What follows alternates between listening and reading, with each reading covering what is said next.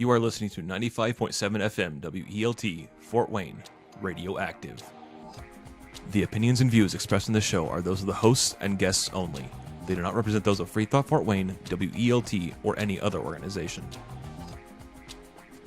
Welcome to the Hoosier Humanist Hour, where we explore science, religion, culture, ethics, and community from the humanist perspective. Join us as we discuss those topics and more, free from the ideologies of religion and superstition.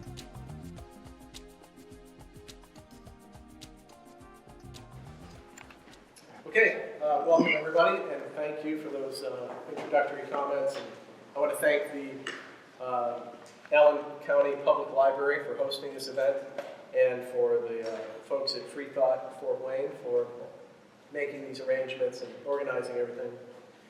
And thanks to my debate partner, John Loftus, for his willingness to have this debate. This is our second debate in as many nights, so we've done a doubleheader here. It's been good to get to know John. So let's begin. The question before us tonight is whether religious faith is rational.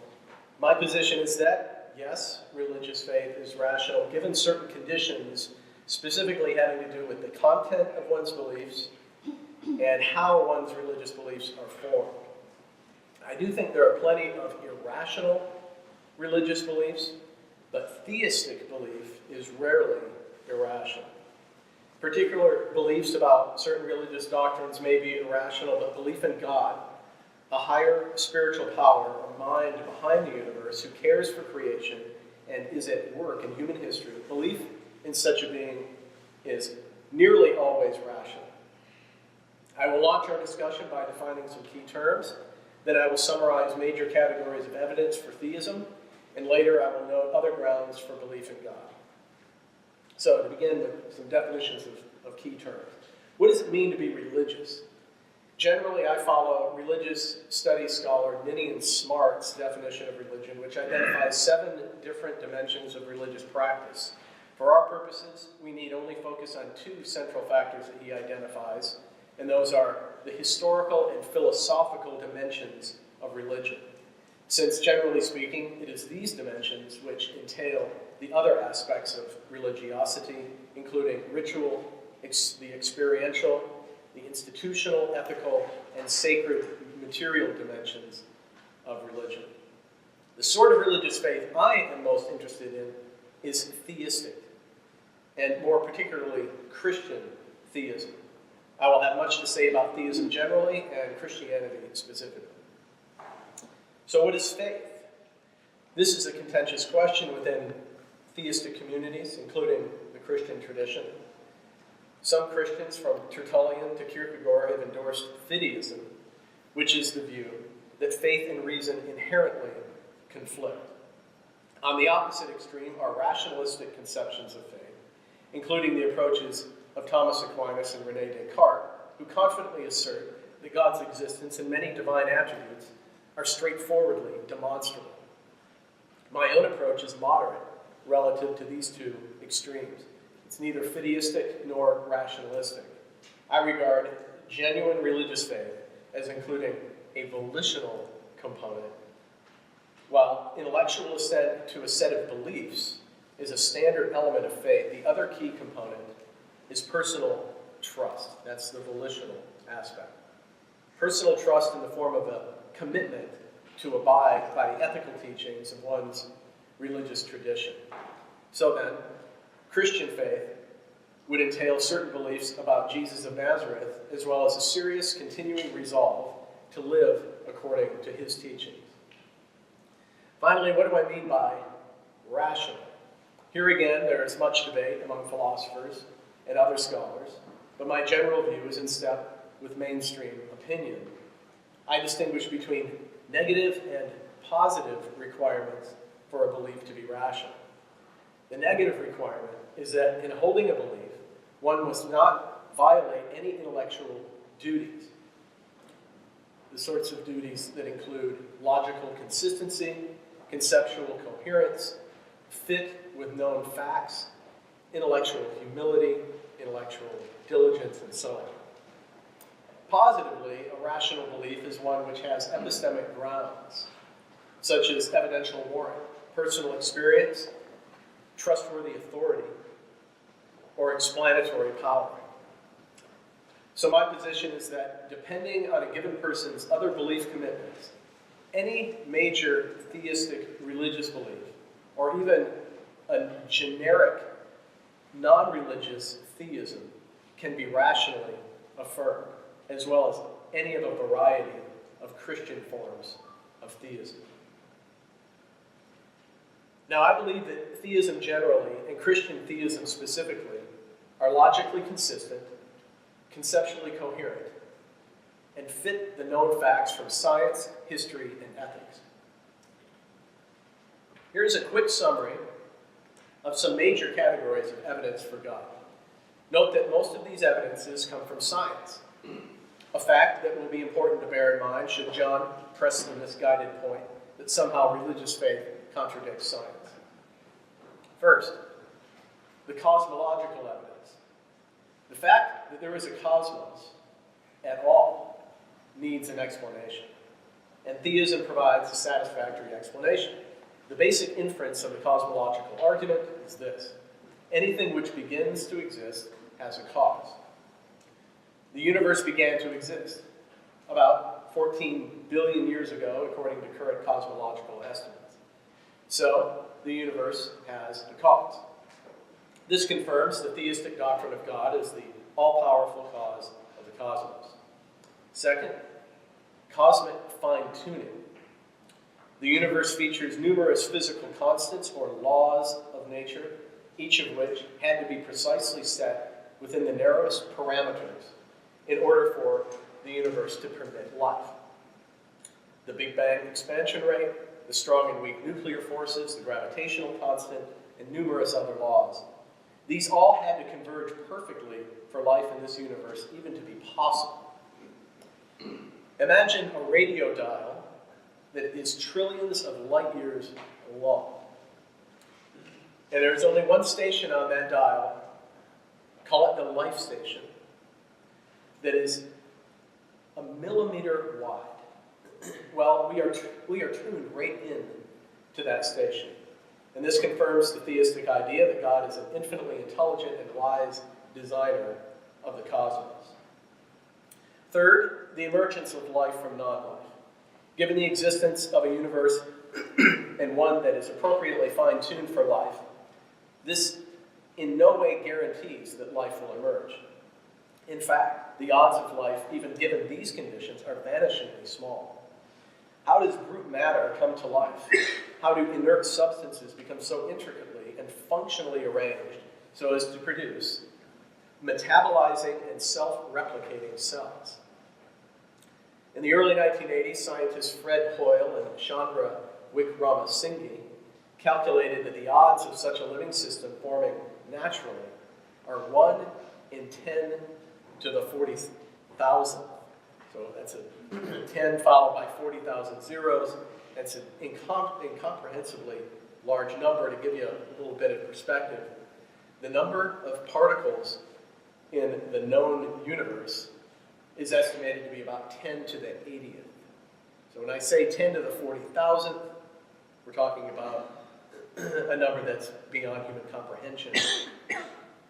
Those are the odds, 1 in 10 to the 40,000th, according to Hoyle and Wickramasinghe, against life forming spontaneously in our universe. Even many atheistic scholars are now admitting that Darwinistic naturalism fails to account for this. Hence the subtitle of atheist Thomas Nagel's recent book, Mind and Cosmos. His subtitle, and this is an atheist speaking here, his subtitle is Why the Materialist Neo-Darwinian Conception of Nature is Almost Certainly False. Fourth, there is the emergence of consciousness. A further problem for naturalism is the fact that there are conscious beings in the universe, we humans and lots of animals besides. Cognitive scientists and philosophers of mind have been trying to explain this for decades, and every naturalistic paradigm has reached a dead end. Philosophical behaviorism, functionalism, reductive materialism, all have failed to even begin to explain the essence of consciousness. much less its origin. The essence of consciousness, as we understand it, and as most philosophers of mind would put it, is first-person subjectivity. Now, even granting that the cosmos could emerge on its own, be perfectly fine-tuned for life, and that a living, self-replicating cell could spontaneously emerge and lead to eons of upward evolutionary development, the question arises, why consciousness? And how consciousness? This is utterly inexplicable on a naturalistic worldview.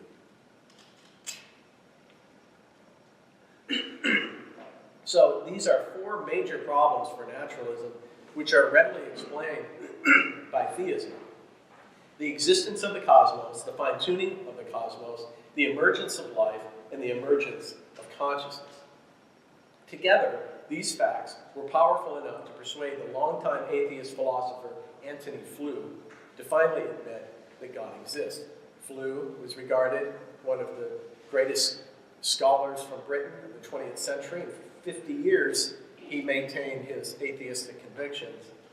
But in about 2005, he came out as a theist, and that rocked the world. It made international news, and it was because of these considerations that I've just itemized. So if Antony Flew is finally, if he finally admitted that God exists, perhaps John Loftus will be next, and we'll be reading about that in the papers and getting reports on the news. I bet it would at least make local news, if not national news. But there's another important category of evidence for God that I should mention, and that is the whole realm of morality. Most people, hopefully including John Loftus, believe in objective moral norms. That is, there is a way that all people ought to behave. That is, with kindness, generosity, respect, love, and other virtues. And there are ways that we ought not to behave, such as unkindly, dishonestly, and abusively. But how, on a naturalistic worldview, do we account for such norms? Moral oughts or obligations are not the sorts of things that can be found in the physical world. Values are transcendent, and thus demand a transcendent cause. And here again, we have a significant category which defies naturalism, but is easily explained by theism. What all of this suggests is that theism has unmatched explanatory power in 5 of the most important subject areas of human inquiry: the existence and order of the cosmos, the origin of life, the origin of consciousness, and the reality of moral truth. So the religious person is warranted in their belief in God. And given that these facts imply that this being is all-powerful, all-wise, and all-good, the believer is also warranted to trust God. And those two things together, we will recall, constitute the essence of religious faith, which is to say that religious faith is rational.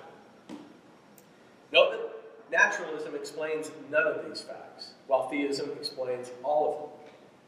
I have not previewed the remarks that John Loftus has prepared for tonight. Oh, I think I have a hunch where he might go, seeing as we debated last night. We'll see how much he's changed. But I do predict that he will not offer a substantive explanation for any of these things. Keep this in mind as he speaks. Thank you.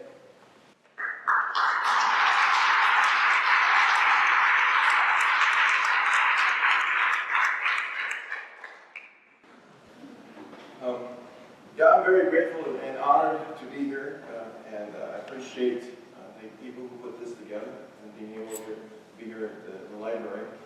Especially, I'm indebted to Professor Jim, who has agreed to try defending what cannot be reasonably defended. So, he tried last night, and I'm sure he'll try tonight, just about saying. Jim, I'm going to ask the people here to do something as I did last night, and I'd prefer it if you didn't respond just yet. If you're a believer here tonight, and I'd like to have you raise your hands, if you feel certain or nearly certain your religious faith is correct, That is, you have little or no doubt that your faith is true. Raise your hand. I'd like to see your hands if you identify with that. Now, at the church, thank you. That's, I'd have to think that maybe the people who didn't raise their hands could possibly be, not religious to some degree. At the church that we were at last night, boy, I saw hands everywhere. I knew you wouldn't respond that way. I just knew you would. My goal is to show that you have a false, unreasonable, misplaced sense of certainty, which is a byproduct of your faith. If I can show that, then I've shown your faith is unreasonable. Would you concede a win for me tonight if I did do that? I aim to do more than that, but I aim to at least do that. You realize, don't you, that you all cannot be right about your religious faith. You don't know each other. How do you know you have the same faith? You're much less certain about it. Not all of you have had the same exact faith, and so you can't be all certain of it. I mean, how could that produce certainty, the faith that you have? Most all of you have adopted the religious faith of your parents to a great degree. Coming from a long line of Irish Catholics, I know what that's like, because I was raised a Catholic. Can you be certain you were raised by the right parents who just happened to have the correct religious faith? You could have been raised by different parents. Religious faiths are almost always products of when and where you were born, or by the parents who indoctrinated you to believe. As this happened to you, it happened to your parents before you, and their parents before them, just like it happened to my parents before me. By definition, faith is always about that which has low probabilities. Actions based on faith are risky, are they not? And yet faith produces such certainty, it's quite amazing. And it can't be based on much if that's what it does. The fact that you cannot claim to believe what you do with certainty, otherwise, why not say you know it, rather than that you believe it? Surely you know lots of things that have a greater degree of probability than that, most notably that you are here experiencing the sights and sounds of this room tonight. The certainty you claim to have is like pretending what's not true. It's a clear indication you need to rethink your religious faith. Neurologist Robert Burton explains this misplaced sense of certainty in this way, quote, "Despite how certainty feels, it is neither a conscious choice nor even a thought process. A sense of certainty arises out of involuntary brain mechanisms that, like love or anger, function independently of reason." Burton says, quote, "The feeling of certainty should be thought of as one of our emotions, just like anger or pleasure or fear. This feeling is unrelated to the strength of the evidence of what we believe. This feeling of certainty can be extremely powerful, so much so that it wins despite contrary evidence that should mitigate it. Not only this, but our brains are very good at making up reasons to justify this feeling of certainty rather than following the evidence to the reasonable conclusion." Unquote. Dr. Jonas Kaplan is an assistant research professor of psychology at the University of Southern California. He and his research team studied the brain scans of people while they were being challenged about their political beliefs. The study uncovered a correlation. When a belief is directly challenged by new information, the brain kicks into defensive mode, exactly as if it was being physically threatened. Kaplan, quote, "The brain can be thought of as a very sophisticated self-defense machine. If there is a belief that the brain considers part of who we are, it turns on its self-defense mode to protect that belief." Unquote. Listen to this following statement. "I'm an atheist, and I'm here to convince you there isn't a God." Did you feel that? Did you feel a little discomfort? That's your brain. You went into defensive mode. Now, how can you hope to honestly investigate this question of whether a God exists or not if your brain won't let you? Author Guy Harrison put the problem this way. When someone challenges an important belief, quote, "the brain is likely to instinctively go into siege mode. The drawbridge is raised, the crocodiles are released into the moat, and defenders man the walls." He goes on to say, quote, "The worst part of all this is that the believer usually doesn't recognize how biased and closed-minded he is. He likely feels he is completely rational and and fair. Billionaire stock investor extraordinaire Warren Buffett tells us, quote, "What the human being is best at doing is interpreting all new information so that their prior conclusions remain intact," unquote. Now, if this applies to political beliefs and investing in the stock market, how much more so does it apply to one's religious faith? Most people identify with their faith so much so it defines who they are. And that kind of belief will be defended by the brain more than all others. The job of the evolved human brain is not primarily to get at the truth. Its primary job is to protect us from harm by keeping us in a socially acceptable, caring tribal grouping with whom we feel support and can turn to for help in times of need. This means the brain makes us to conform to our own tribe's views. Nonconformists could be kicked out of the tribe, and that was dangerous. So the biggest barrier to honestly desiring the truth about religious faith is our tribal grouping. You want to know the truth? You may have to love truth more than you love your own tribe. Now, most people can't do that. Most people don't value truth enough for that. I know a woman, I wanted to ask her, I asked her if she would want to consider whether her faith was false.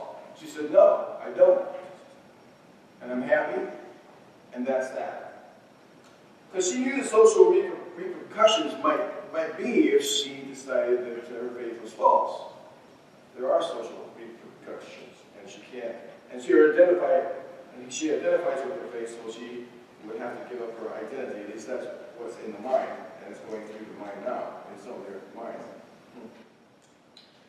In any case, we know the human brain doesn't function quite properly, and we know the solution. The first step is to acknowledge the problem, just like Alcoholics Anonymous. You got a problem. Until you recognize you got a problem, there's no desire to solve it. The problem is that the evolved brain won't allow us to seriously entertain facts that disrupt our personal, social, and tribal comfort zone, so it will do everything it can to reject them. Step 2 is to resolve to disarm the brain. The rational side of the brain should take over and reject what the irrational reptilian side of our brain wants. It should demand sufficient objective evidence, scientific evidence if possible, for what will be accepted as true. You should do this as outsiders would, as much as possible, by applying the same objective standards to your own religious sect as you do to the many other religious sects that you reject. You should require the same kind of evidence as you require of an ancient Chinese religion if it made a claim about a virgin birth of an incarnate God. Think about what that would require for you to believe that. If you're a Christian, treat your faith as if you're a non-Christian, and if you're a Muslim, treat your faith as if you're a non-Muslim, and so forth. Hypothetically, become a non-believer. See what it looks like to someone who does not believe, like an atheist. For if it doesn't convince non-believers, it won't convince anyone else either. When I did this, I saw that my faith was unreasonable. Now here are some examples of what I mean. Do you really believe the Bible without any objective evidence when it says the earth existed before the sun, moon, and stars, which were created on the fourth day? Do you really have any objective evidence that a snake or a talking dog talked, or that an axe head floated? What about a sun staying still in the sky, or backing up, or turning red as blood, or blackening out for 3 hours? Is there any objective evidence that a star led 3 astrologers to a manger in Bethlehem and hovered over it? What actual evidence is there that a virgin conceived of an incarnate Son of God? Oh, they claim that. Religious people make all sorts of claims. Where's the evidence for it? What about Jesus levitating with 2 dead men in front of the disciples that are soaring up into the sky? What about the claim that dead people rose from the grave when Jesus died, waited in their tombs for 3 days, and then appeared in Jerusalem along with Jesus on Easter Sunday? That's what the text says happened. What about the claims that shadows, clothing, pools, and handkerchiefs healed people? Religious faith cults make these claims all the time. You don't believe them because you weren't raised to believe them. You only demand objective evidence of those faith cults you were not raised to believe. Rene Descartes is considered the father of modern philosophy. He said, quote, "If you would be a real seeker after truth, it is necessary, at least for once in your life, you doubt as far as possible all things." Comparatively speaking, believers just don't do this, ever. It should be a rite of passage into adulthood. When challenged, like I'm doing now, their brains will convince them that reading books by authors who defend their own religious sects is doing all that's required.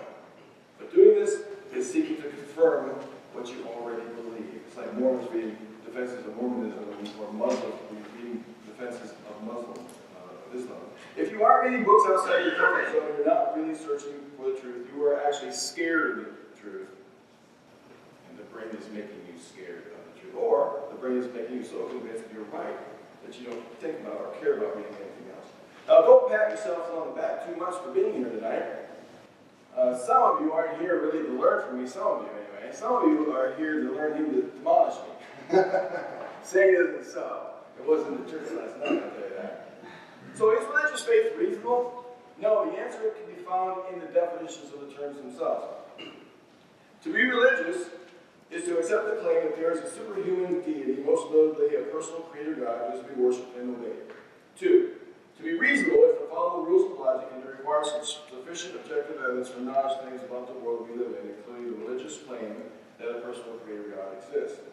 To have faith is to accept the claim based on flawed reasoning and insufficient objective evidence. For our purposes, it's to accept a miraculous claim, such as the Virgin giving birth to an incarnate Son of God, without sufficient objective verifiable evidence. It's to allow the reptilian brain to keep us away from honestly seeking the truth by a number of cognitive biases, most notably confirmation biases, which seeks above all to confirm what one already believes rather than to confirm it. St. Anselm's motto is a prime example of why faith is folly. He said, faith seeks understanding. First there is faith, then believers seek to understand it by making the necessary distinctions that make it palatable, and by coming up with arguments and desperately searching for any evidence showing it's true. This is the core of what confirmation bias is all about, and by following Anselm's model, Christian defenders can and do avoid any and all evidence to the contrary. Anything based on faith, no matter how ludicrous, can be made to be consistent by the available evidence, said Professor of Philosophy Stephen Long.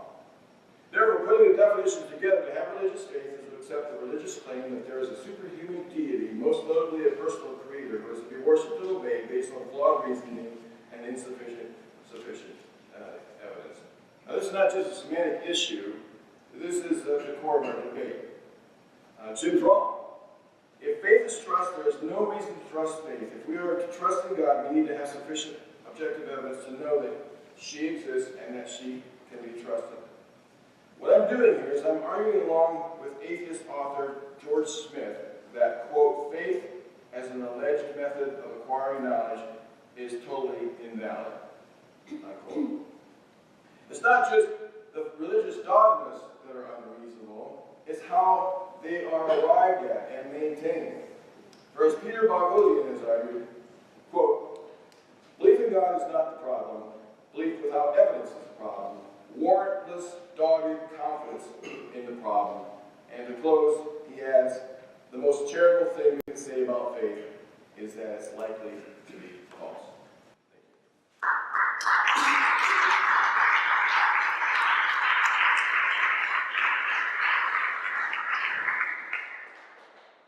Now there will be 4 5-minute alternating replies to the other.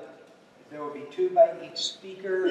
So enjoy the 20 minutes of responding to the other.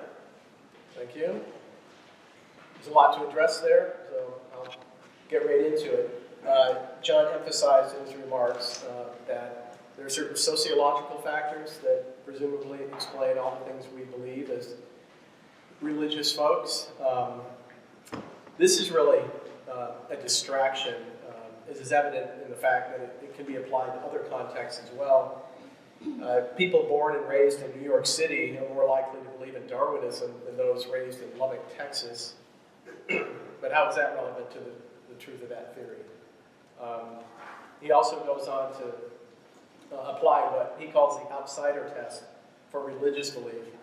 He says in one of his books that one's own religious faith, well, this is not an exact quote, but you should proceed with your religious faith with a presumption of skepticism and test your beliefs as if you were an outsider to your faith. That test itself applies just as well to the atheist or the agnostic, right? She should be willing to approach the issues dispassionately and as objectively as possible. Why should we think that religious people are any more dogmatically entrenched in their worldviews than secularists or atheists? In defending the outsider test, Loftus emphasizes dogma reinforcing cultural context, but he ignores another major factor, which is dogma reinforcing moral and psychological factors. Maybe he touches on that, but there's a lot more to be said. I have said a lot more on that in my book, The Making of an Atheist. One's moral and psychological dispositions are as likely as sociological factors to incline one for or against the religious. In any case, we must all be wary of how we are prone to bias and warped perceptions on ultimate life issues. But there's a better standard than Loftus's outsider test, I believe, and that better standard is procedural fairness and open-mindedness when reviewing evidence. One can achieve this without indulging full-fledged skepticism. So here we see that John is guilty of a false dichotomy. Dogmatism, skepticism, it was the same mistake that Sextus Empiricus made 1,800 years ago. One can have convictions while still fairly and open-mindedly considering evidence for and against one's worldview, whether one's religious or not. He also spent some time debunking certain miracle claims, and his assumption there wasn't explicit in his comments just now perhaps, but his assumption is that, these things need to be scientifically demonstrable. But you know what? Not all evidence is scientific. There are also historical evidences and other categories of evidence having to do with other fields besides science and history. Theological evidence and philosophical evidence. And then I would note in conclusion that science itself makes a number of assumptions that can only be called faith commitments. Okay? The topic that we're discussing tonight is whether religious faith is rational. John is opposed to any kind of faith, but we all have faith commitments. And you might want to call them philosophical articles of faith, but they are faith commitments nonetheless. For example, our belief that our senses are generally reliable. That's something that you cannot demonstrate without assuming it's true from the outset. The fact that we all believe we're awake now and not dreaming, right? That's something we take for granted, although we've all had very vivid dreams and we were sure it was real and that lion was chasing us through the Colosseum or whatever nightmare we call it. But we take this for granted. It's a faith commitment. So is our belief that nature is uniform, that the laws of nature will continue to hold in the future as they have in the past. That's a scandal in philosophy. It's widely recognized that that can't be proven. And then there's the law of causality that scientists and everybody else have to assume that every effect has a cause. That's foundational to science and all of human life. That's a faith commitment. And then finally, there's the belief that other people have minds. The other minds problem is another unsolved problem in the history of philosophy, in the history of scholarship. If you think you can solve it, I guarantee you, I'll make you world famous and probably you'll win a prize. We all experience people's physical bodies, but we can't get inside their heads. We don't experience their thoughts and beliefs directly. So we have to take this for granted. That's a faith assumption. So we have many articles of faith, including the atheist. Thank you.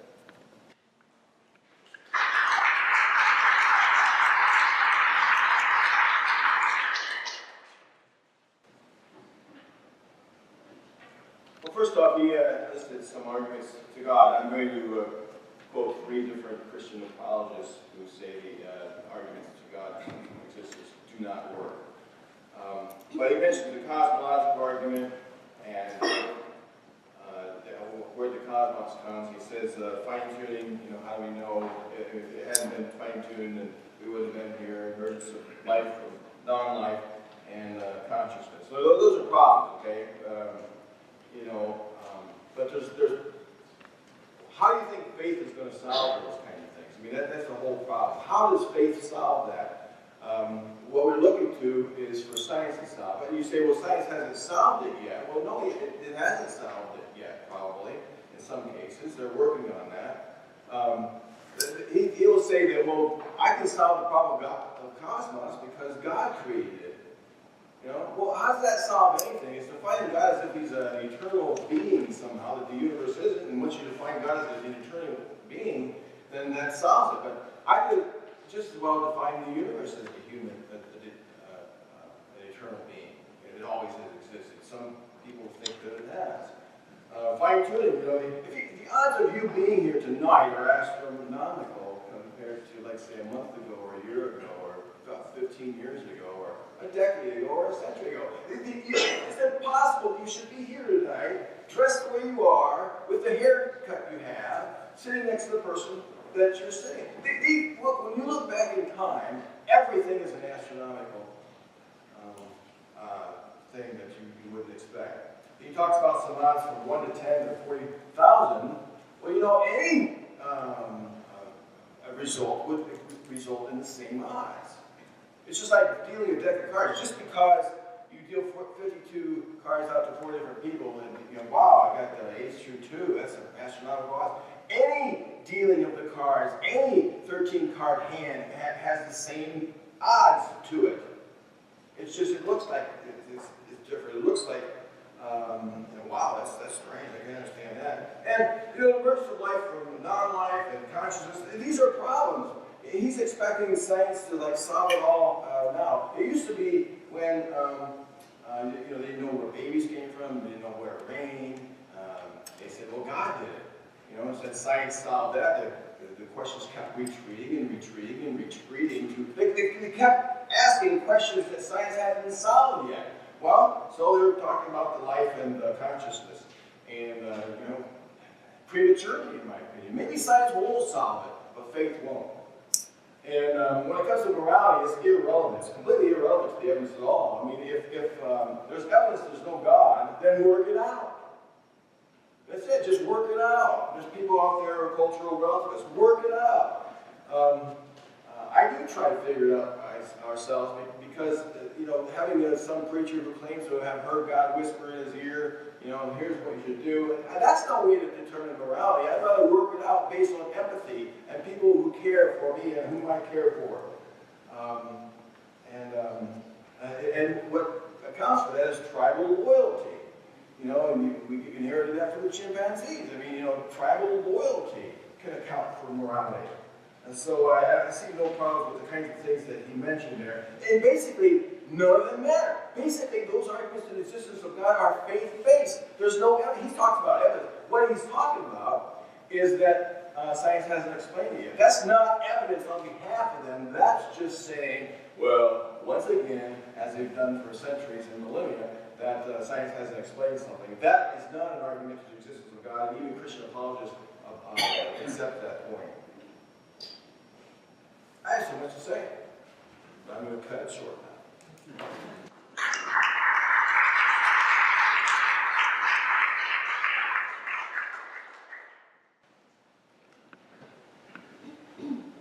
John has made the point that the points that I raised are problems. At least he acknowledges that, but he is confident that one day they'll be solved. These questions will be answered regarding the origin of the cosmos, the fine-tuning, the origin of life, the emergence of consciousness, and morality. They'll eventually be made sense of. Notice that every one of those questions, every one of those problems is, by its nature, beyond the reach of science. Maybe I should give him the benefit of the doubt on that regarding the emergence of life, just because that is, it sounds like just an odds thing, but maybe not. 10 to the 40,000 to 1 is a far larger number, or smaller chance, than what statisticians generally consider to be the cutoff point between what is improbable and what is impossible. And that cutoff point is 10 to the 50th to 1. 10 to the 40,000th to 1, a bit smaller odds there. Why does God help? how does appealing to God as a causal explanation help? Because God is a causal explanation. What we have here is a being that is capable of making a universe, fine-tuning it, bringing all the laws of nature into line for the possibility of life, and being able to start life and create consciousness. I noted at the beginning that John would probably not offer an alternative explanation, and he has not. It's simply recognition that these are problems, which they are, and then in some cases he says, let's wait, maybe science will explain these things, but again, the Big Bang singularity is by definition beyond the reach of science. It's something that could be explained naturalistically. The same goes with consciousness, and especially morality, because science does not deal in norms or obligations. Now I want to continue to build my case by noting one more important evidence for God, and that is personal experience. In fact, most people, when you ask them, why do you believe in God, why do you have a religious point of view, one of the first things they're going to mention is their personal experience of God. Now this could seem trite to some, but there are some really rigorously worked out defenses of the epistemology of religious perception, in particular by William Alston, who wrote what's now a classic recent text in religious epistemology on perceiving God in the early 90s. And what Loftus does is he notes these remarkable parallels between sensory perception and religious perception, or noumenal perception. In sensory perception, note there are these 5 features. Our perception of a physical object demands certain conditions be met by the perceiver. Right? We have to be conscious, we have to have a sensory apparatus. 2, perception is about or directed to the object perceived. 3, perception has a public and private aspect. Right? I experience that exit sign from here. It's a public fact, but nobody else in the universe is experiencing it exactly like I am from this point of view. 4thly, perception admits of a part-whole distinction. I genuinely experience that exit sign, even though I'm seeing just a small part of that object. And finally, there are public checks and tests for veridical or trustworthy perception. The same is true of religious perception. Conditions have to be met on the part of the spiritual or noumenal perceiver. Perception is about or directed to the object, God. Perception has a public and private aspect, right? God is a public object, as it were, but nobody experiences God from exactly my point of view except me. And perception admits of a part-whole distinction, the perception of God. Just like with sensory perception, I can experience, you might say, an aspect of God, but no one can experience the whole of God. And finally, there are public checks or tests for veridical perception, in that we can consult other perceivers of God and compare our experiences. I will add this, that the most renowned work when it comes to the scholarship on religious experience was written by William James a little over 100 years ago. It's called The Varieties of Religious Experience. James was not someone who himself was a religious believer, but after his extensive years-long study and then his presentation of the Gifford lectures that were turned into the book, he came to firmly believe in the supernatural. That is as good an objective study of religious experiences has ever been made, and James was convinced. Thank you.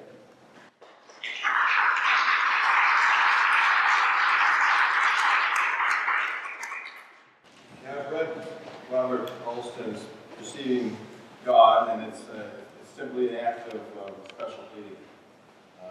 I don't perceive God. I'm sorry, I don't. Why is it that he does? And when it comes to verifying whether or not you perceive God, he says there are checks and balances. Well, Muslims will perceive a different God than snake handler Christians, and or like Hindus. And so there's really there's only one way to look at any types of claims of perceptions of God, and that would be to test them according to an outsider. As if you never were a part of that religion. That's what I've argued in the book out there that I wrote extensively. He says that, well, the outsider test should be applied to atheists. Well, the outsider test is a test as if you were a non-believer. Because I'm a non-believer, I've already accepted that. I mean, that's why I'm a non-believer, because I have tested one religion after another from the standard of being a non-believer. They don't measure up. Now, what other standard is there? I mean, what is there?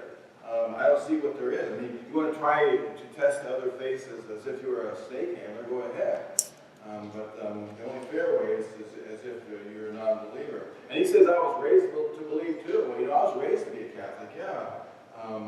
And people would be raised to be atheists. Sure, I grant that. I grant that. That's the step one. That's the problem. The problem is the brain disease is based on what we were raised to believe.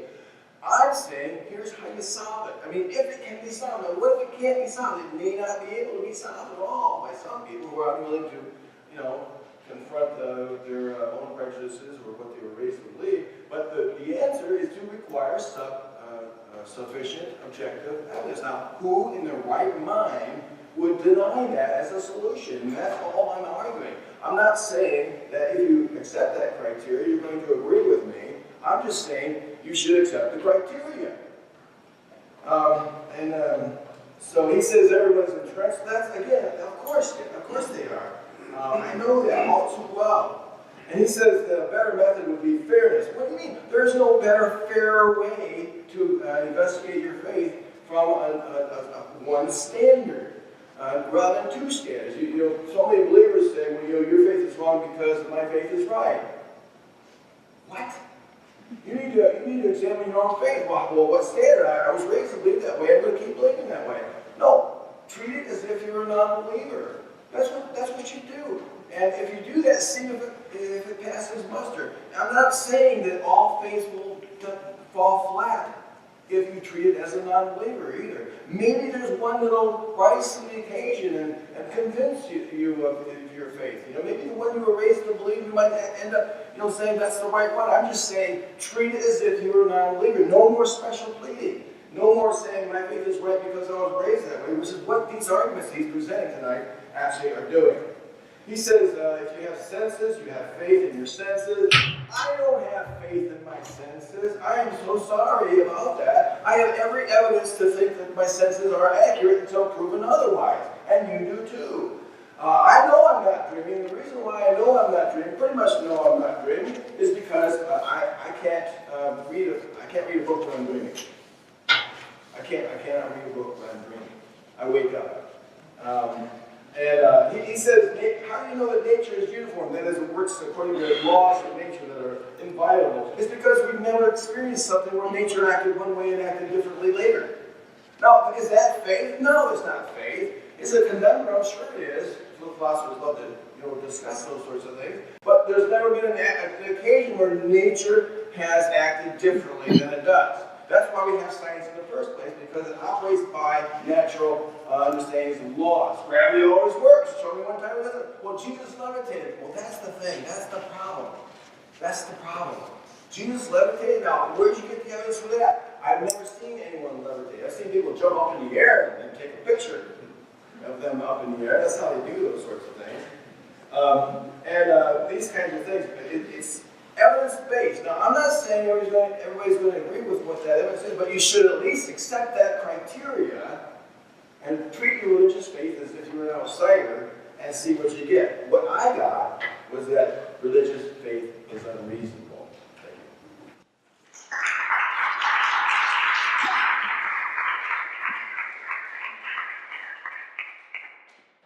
you. You have 5 minutes for a closing statement. Okay, so John has demonstrated his strong commitment to the laws of nature. I should note that there are different views on what natural laws are, and one of them is just the regularity theory, which doesn't affirm that there's any necessity in the laws of nature.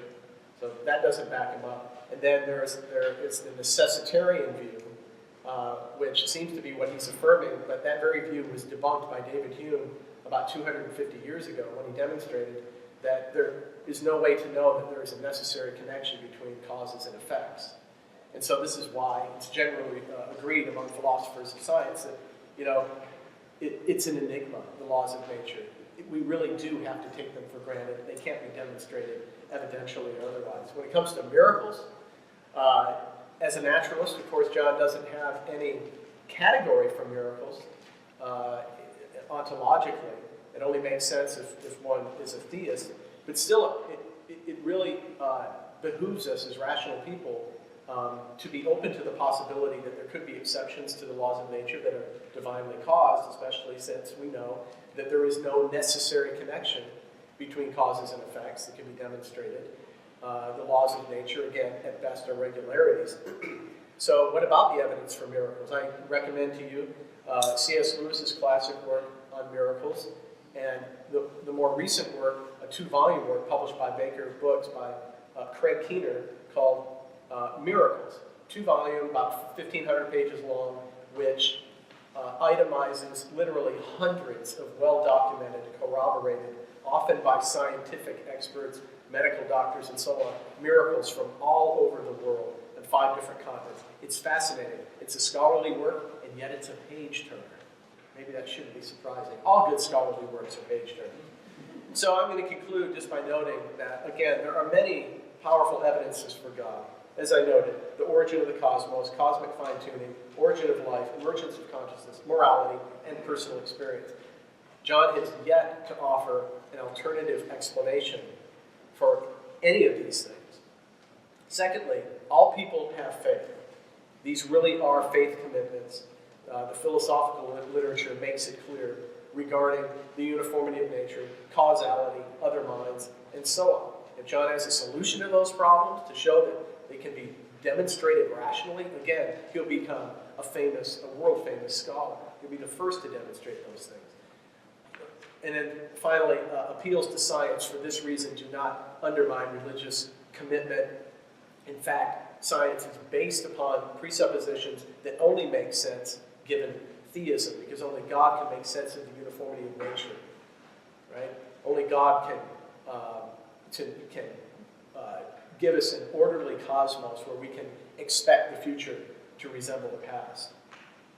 If you have any doubts or you struggle personally with believing in God, I would recommend that you, in the words of the scholar Tim Lawson, pray to the God who might be there. He wrote an excellent article several years ago called "I'm Praying Not to Be an Atheist." If God really is there, and he rewards those who seek him, even if you find it difficult to believe, pray to the God who might be there. Another devotional experiment along these lines is offered by Jesus himself in John 7. He says, anyone who chooses to do the will of God will find out whether my teaching comes from God or whether I speak on my own. That is an offer to follow at least the guidelines and the teachings of Christ and see if he doesn't open your mind and alert you to, in fact, his reality. It also is captured, I think, in the psalmist's remarks. Taste and see that the Lord is good. And then finally, even if you don't want to do those things, you're not interested in any devotional experiments or doing any seeking, at least study Jesus Christ as a philosopher.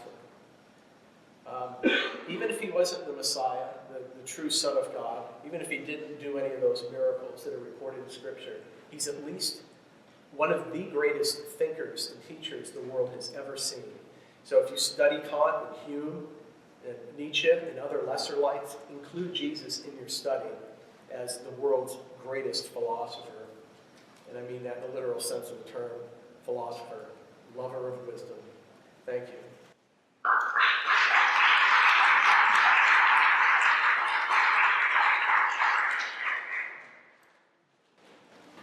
Again, thanks for having us. Appreciate your attention. I want to close by commenting on a few things. First, I said I was going to read some quotes by some philosophers who didn't, Christian apologists who didn't think the arguments to the existence of God works, the ones that he mentioned. Alvin Plantinga, he's quite a hero in Christian terms. He says, quote, I don't know of an argument for Christian belief that seems very likely to convince one who doesn't already accept its conclusion, unquote. He's one of their heroes. Apologist John Weinberg quote, I wouldn't try and prove God's existence first, if at all, and that I am not convinced that any of the traditional arguments succeed, unquote. And Richard Swinburne, he had mentioned the morality, that was one of his arguments, and I said it was irrelevant. Richard Swinburne, again, one of the heroes among the Christian apologists, quote, I cannot see any force in an argument to the existence of God and the existence of morality, unquote. Now, if it doesn't convince them, why should it convince anyone? Why should it convince me? In fact, the Jews were there, and they didn't believe. That is, the Jews were beloved of God, they believed in God, they believed God does miracles, they hoped for the Messiah, and they knew their prophecy, and yet, to our best estimates, there were 8 million Jews living in the time of Jesus, and they didn't believe. If they were there, and they didn't believe, why should we? The usual answer is that these Jews didn't want to believe because Jesus was not their kind of Messiah, a king who would throw off Roman rule. But then where did they get that idea in the first place? Well, they got it from their own scriptures. And who supposedly penned them? Their God. So therefore, God used them and condemned them to hell for following reason. And because there's no single prophecy in the Old Testament that points to Jesus as the Messiah, not one. The Psalms, for instance, they're not prophecies, they're prayers. There's a lot of hopes for a Messiah, but those hopes are militaristic in nature. If you take any prophecy from the New Testament and you go back and you read where it comes from in the Old Testament, you read the context, and you think about it, there's none of those prophecies that point to Jesus. Now finally, he had mentioned David Hume, that he destroyed the idea of that I was speaking of. He only did so because he was seeking certainty. David Hume, and you know this, Jim, David Hume was basing his views on strict empirical evidence, a certain one. That is, I have to be certain there's causality. And if I can't see causality, I can't see with certainty what's going on, then how do I know causality exists? Because we've abandoned that. After Hume, we've abandoned that. Jim knows that. When it comes to miracles, and Keener and others, I'm open to the possibility. Well, why do people always say, well, you're an atheist, you're not open to the possibility of miracles? I want to just scratch my head raw. Of course I'm open to the possibility of miracles. I just look at the clinical studies on prayer, which repeatedly and overwhelmingly show that prayer works no better than chance. Now, clinical stories are a whole lot different than anecdotal book, two-volume book by Michael Keener, who says in his book, I'm just going to report what people tell me. That's what he says in his book. I'm just going to go around and collect these stories. I'm not really doing a whole lot of investigation into it. I'm just going to collect and report any miracle stories that I hear. That's not doing research. The same kind of thing that Jim did in his book, Making of an Atheist. The Bible says atheists are bad people, so he didn't do the proper research into examining whether or not atheists are bad people. The Bible says atheists are bad people, so atheists are bad people, and he used anecdotal evidence throughout his book to prove that. That's called special plea. That's the kind of thing I'm against. And he mentioned Jesus as the best philosopher. Listen to this. Read the Gospels as if you were on the other side of his debates. In the Gospels, Jesus always wins every debate. I have never seen a debate like that. Not once in my entire life. Where someone has the final word and everybody else is in silence. Because there's so many different ways to interpret things, and there's so many different odds and things to define. Jesus always wins debate. What you need to do when you read the Gospels, if he's such a great philosopher, is ask yourself, what would these people have said in response? Because it's not said. The Hoosier Humanist Hour would like to thank you for listening to this debate between John Loftus and Jim Spiegel on the topic, Is Religious Faith Reasonable? This debate is brought to you in part by the Fort Wayne Allen County Public Library and is sponsored by FreeThought Fort Wayne Incorporated. If you would like to listen to this debate in its entirety, which would include introductory statements and the Q&A portion of the debate, please check out our Facebook and YouTube accounts. Simply look for FreeThought Fort Wayne, and then look for John Loftus versus Jim Spiegel. Thank you for listening, everybody, and have a great day.